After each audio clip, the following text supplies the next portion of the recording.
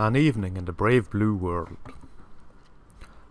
With his back aching from his union-sanctioned 14 hours of rigorous work, he enters his bathroom to wash the dirt from his face.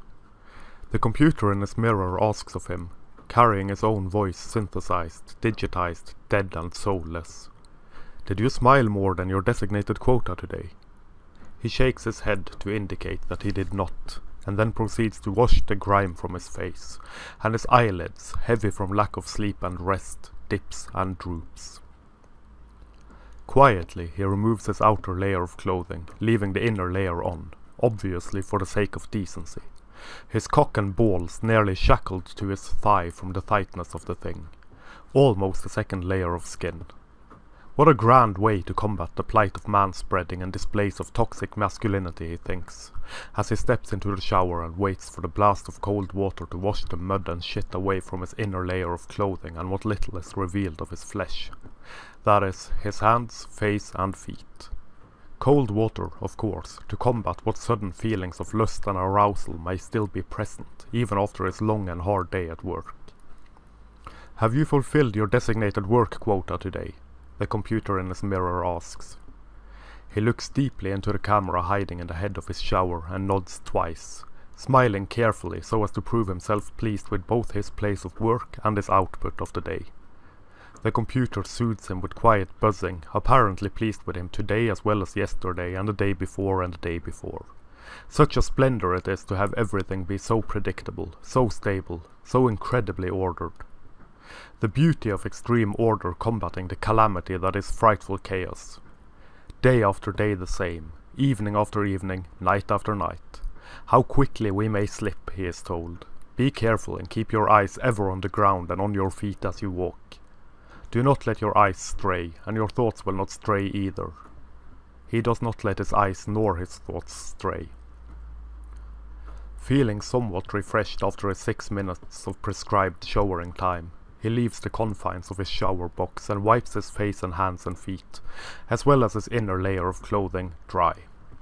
A few months ago, he submitted an application for 3 more minutes of showering time, arguing that his advanced age, reaching his 42nd year soon, ought to grant him such favors, seeing as he had worked to advance the continued glory of the Union since he was a mere boy of 13. Of course, he understands perfectly well that such applications take time to process. It is not a small task, and it is not a small favor he is requesting, and far be it from him to complain or to grumble over the time it takes. He has, however, been showing slight signs of impatience and dissatisfaction which, he hopes, are not of sufficient magnitude to be picked up by the bioscanners in his cell. Well, that would be as it would be. Some things cannot be helped, and his lack of patience is absolutely one of them. Clearly, this was one of the reasons why he was put to work underground to expand the... Come to think of it, he really didn't know what he was expanding. Well, as is with most things, he would not have understood it, even if they told him. The government moves in mysterious ways, and no one except Andvokes herself knew the absolute truth behind its movements. Being but a simple man of the ground and mud, he could not even hope to understand. Best not to burden his mind with things far beyond his level of comprehension. He looks at his calendar. 4 months down, 2 more to go until he could remove and request a rinse and renewal of his inner layer of clothing. Not too bad. Time did seem to move faster lately. This pleases him some. With a slight smile on his face, he tunes into the evening exercise routine. 2 minutes late, but that is within the governmentally sanctioned frame of time. In her infinite kindness and compassion, blessed Andvokes understood that person-kind is not as precise as her computers and her clockwork, and as such slight deviations from the norm will occur. Here follows 45 minutes of rigorous exercise to exorcise the demons of sloth, the beasts that have plagued person-kind for years beyond count. Busy hands and bodies are the best, and one must stay busy at all times, lest one fall prey to grumbling, dissatisfaction and destabilization. At the end of his exercise, he is drenched in sweat and his inner layer of clothing chafes and itches. It will pass within 15 minutes or so, if he just sits down like so in that corner over there, and moves his head over there like so, he can stand the pressure and the discomfort. A small price to pay, he thinks, to live in a world cleansed of the horrors of manspreading, mansplaining, and the eternal longing to rape and oppress which lies dormant, yet ever vigilant, within his genetically coded socialization. Learned behavior so vile and so powerful as to be encoded within the DNA of his ancestors and passed down to him via generations of trauma memory. The government has soothed his mind in regards to this, though. Within only 5 or 6 generations, the trauma memory will pass, and his ancestors, if not he himself, will finally be cleansed of this socially manufactured original sin. That is their most prized and highly budgeted project, the elimination of original male sin, previously wrongly labeled as toxic masculinity. This is the reason why he, and every other man, every 6 months, as his inner layer of clothing is refreshed and renewed, is required to ejaculate into the suction bots so that the government may spawn children and genetically alter them to speed up the process of removing all trace memories of original male sin. Without this process, it would have taken 10 to 12 generations, the scientists confirm, before the ravages of the patriarchy are completely washed out of the shared communal DNA pool of the glorious union. With cameras buzzing and moving to follow him, he sits down in his one chair in one of the 2 allowed manners of his kind. Knees touching together, or one leg resting over the other, thighs touching. He counts the seconds, as regulation requires, to keep the mind occupied, until the 6 minutes have passed and the computer monitor flickers into life for the 30 prescribed minutes of communal laughter. Some comedy, routine or other, today as tomorrow as yesterday. This evening they showed one which he has not seen for 3 weeks. What a great surprise! There were not that many in circulation, and so it always was of the greatest pleasure and surprise when they showed one of some rarity. This was not a complaint on the lack of proper entertainment, he noted to himself. It was merely an observation of joy. Of course he understood that the governmental budget was such that their main priority could not possibly be something so mundane as comedy. That went without saying, and far be it from him to show more joy than was necessary at this fortuitous event. After all, the world was so full of evil and wicked oppressors and oppression that pure, radiant joy was an absolute impossibility, no matter who or what you were. However, some bursts of joy were allowed, as that only solidified the glory of the government and the union and andwogs. Imagine something so highly functional as to be able to bring joy into a world so dangerous, treacherous, oppressive and terrible, showcasing, quite clearly, the power and might of the union and their scientists, and proving, without a shadow of a doubt, how beautifully free they were within its walls and beneath its fantastic skies.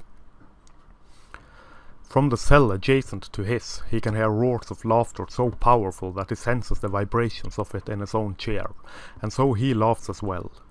He laughs and trembles and vibrates, pausing only now and then to wipe the tears and the snot from his face before he continues on with his laughter. My, how good it feels! My, what a glory this laughter and this comedy is! What he is laughing at he has absolutely no idea, but he is laughing, as the images on the screen flickers by and becomes a blur seen through a cloud of tears welling up from laughing, and the voices from the screen he does not catch, and the jokes fly straight over his head and past his ability to focus or to concentrate. And yet he laughs, and yet he shivers, and yet he trembles, for as long as the 30 minutes last. And then, with a blast and a kick in the neck, the 30 minutes of communal laughter is over and he stops dead in his tracks. The laughter and the tears and the snot and the vibrations stop abruptly, just as they came, and his body tenses up again, thinking, did I sit as regulations required? Did I lose too much control during my fits of laughter? As the computer has not told him otherwise, he assumes that he was well within his obligations and responsibilities during the communal laughter as prescribed by the government and by the glory of Advos herself. He taps the wall and a small window opens, allowing him to take a look outside at the streets below and at the buildings towering above him. It is grey and overcast, but it has not rained in years uncounted. Still they have water, and he praises the glory of the Union for supplying it. Where it comes from, he has no idea. It doesn't matter, of course, and he does what he can to suppress that curiosity and sense of wonder, as that is a token sign of original male sin which they have yet, even 2 generations down the line, not dispatched of. Some remnants of the past seem to be more resilient than others, he thinks, as 2 minutes pass and the window closes with a click and a buzz. The scientists have as of yet no general idea of the length of time required to cleanse the world of this plight. It shouldn't take too long, they guess, but then they guessed that as soon as they began, and it has already taken more than enough time. Of course, his impatient nature is such that he is unable to grasp the concept of long-term goals. His is the realm of the here and now. It is for the government, persons far more clever than himself, to think ahead.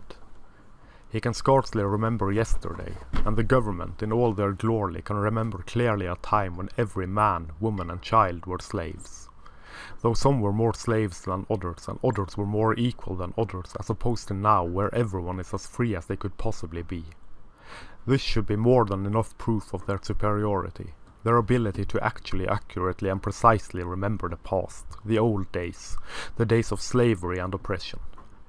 He sure hopes they achieve all their goals soon, so that the government and the women both may return from their exile at the colony of Mars to free the men from the shackles placed upon them by the burden of masculinity and original male sin, so that men and women may finally live in peace and harmony for the first time in the history of personkind. With a sigh, he clears his head of thoughts. Such pondering is not for the likes of him, and he sure hopes he did not stray too far from the path. He suspects he did not, as there once again are no indications that anything is wrong. He reclines as much as he may in his chair, and awaits his evening dose of medications, his beloved mother's milk, to soothe his mind and to ease his aching body before he delves into his 6 hours of prescribed sleep. From his chair a needle protrudes and lends his arm a tender kiss. It takes but 4 minutes before he feels a heaviness in his limbs and a clarity in his mind. As he is smiling drowsily and content, but not overmuch, his chair reclines and takes the shape of a bed. As his eyes close and sleep creeps in, the loudspeakers hiss and click into life, and the nightly sermons begin. He floats gently into sleep to his own digitized voice whispering from the speakers, "I am aware of my own inherent privilege." Thank you very much for watching. I hope you enjoyed this. Please consider sharing, liking and clicking on the notification bell. That would help the channel grow and the message be spread. Also, please take a look at the links down below. Catch you next time.